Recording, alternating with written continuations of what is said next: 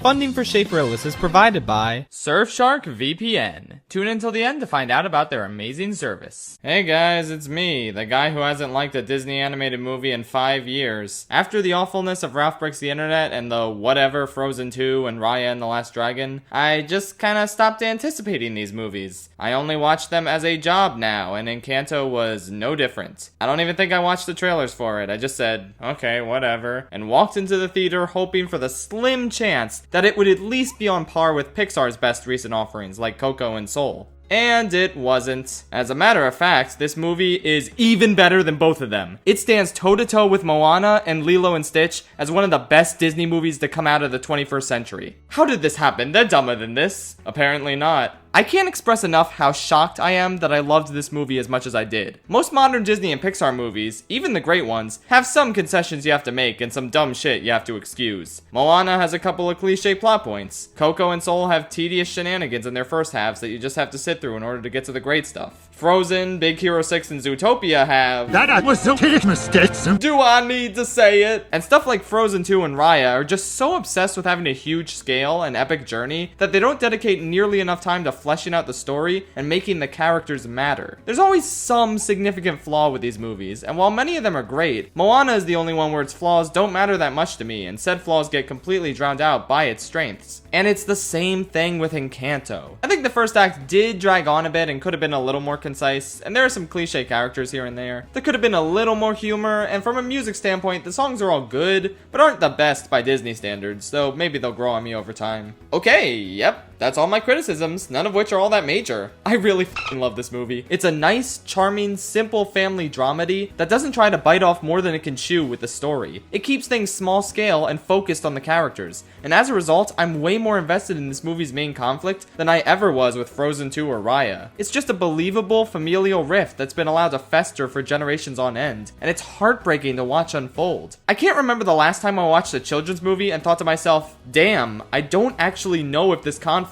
can be solved. It's great, and the journey to get to this point isn't littered with the typical Disney and or Pixar wacky shenanigans that are only there to pad out the plot. Instead, it allows us to get to know this ensemble cast. They're obviously not all going to get a ton of screen time, but it still feels like they all get just the right amount. I feel like I'm going to remember these peeps a lot more than the side family members from Coco. Do you remember a single thing any of them did in this movie? Here, the girl with super hearing gets a ton of moments to shine. The shape-shifting kid has a lot of fun moments. The super buff girl and the perfect girl get their own songs about how they struggle under the weight of expectations. And I'm okay with them getting more focused because their conflict is more compelling and it ties into the movie's themes incredibly well. I'll get to that in a little bit. First, I want to mention just how vibrant and alive these musical numbers are. It's f***ing nuts, man. I previously praised the visuals of Moana's musical numbers and how they harkened back to classic Disney songs, but Encanto takes it to the next level. Musically, its songs aren't as good as Moana's. I assume Lin is just stretched a little thinner these days and doesn't have as much time to crank out as many supreme bangers. But it doesn't matter because the visuals of these songs are phenomenal. The main character, Mirabel, has an I Want song with gorgeous lights punctuating her vocals, and a familiar, yet effective effect where the world around her slows down. There's a sort of Cruella de Vil-like song where all the family members sing about how villainous some guy named Bruno is, and they do a lot of creative stuff with scene changes and whatnot. Between this and Luca, it's clear that Disney really f***ing hates people named Bruno. I'm so sorry, Brunos out there. And the buff girl gets this banger about crumbling under the weight of expectations that zips through different scenes so quickly and has such stellar movement that it reminded me of Friend Like Me. Yeah, that's a huge compliment. The musical numbers here are an absolute treat, and it's thanks in no small part to the fact that the directors and animation team did an amazing job realizing them. So good. I would also talk about the best character in the movie, but that's kind of a spoiler, so I won't. But they are very funny, and you'll probably know who I'm talking about if you see the movie. The last thing I want to talk about right now is the movie's message, and I'm only going to briefly touch on it now, because I think I want to dedicate an entire video to it after a couple of rewatches. Basically, the movie starts out with a strong emotional hook, since Mirabel's the only member of her family who doesn't get a magic superpower from a magic candle. She feels worthless and unspecial and ostracized from the rest of the family, meaning people who exist in the shadows of their siblings and people with imposter syndrome can immediately relate to her. I was already on board with both of these topics, and I especially felt the latter. But the thing is, that's not where the emotional core stopped. We, alongside Mirabel, then find out that the buff girl and the perfect girl are struggling to live up to the weight of expectations placed upon them because because of their gifts. They have to do so much and continually meet impossibly high standards and just silently take it all because they're gifted.